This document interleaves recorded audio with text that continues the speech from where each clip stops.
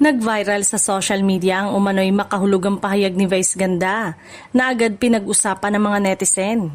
Marami ang nagsabing tila may pinatutungkulan ng komedyante matapos niyang ipahiwatig na kapag it's showtime ang nasasangkot sa mga issue, ay mabilis itong napapansin.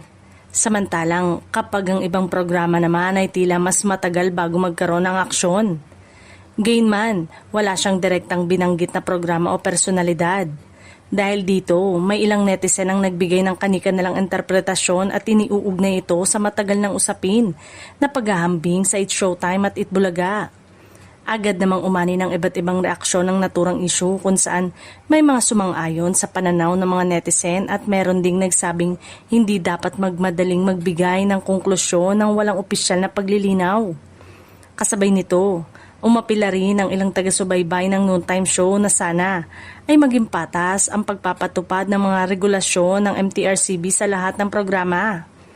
Ayon sa kanila, nararapat lamang ng pare-pareho ang pamantayan anuman ang network o programang sangkot upang maiwasan ang pagdududa ng publiko. Sa ngayon ay wala pang opisyal na pahayag ang MTRCB hinggil sa mga interpretasyong kumakalat online.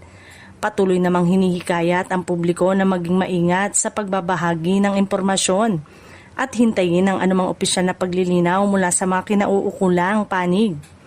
Habang patuloy ang mainit na talakayan sa social media, nananatiling sentro ng usapin ang naging pahayag ni Vice Ganda at ang panawagan ng ilang netizen para sa pantay at makatarungang pagpapatupad ng mga alituntunin sa lahat ng programa sa telebisyon.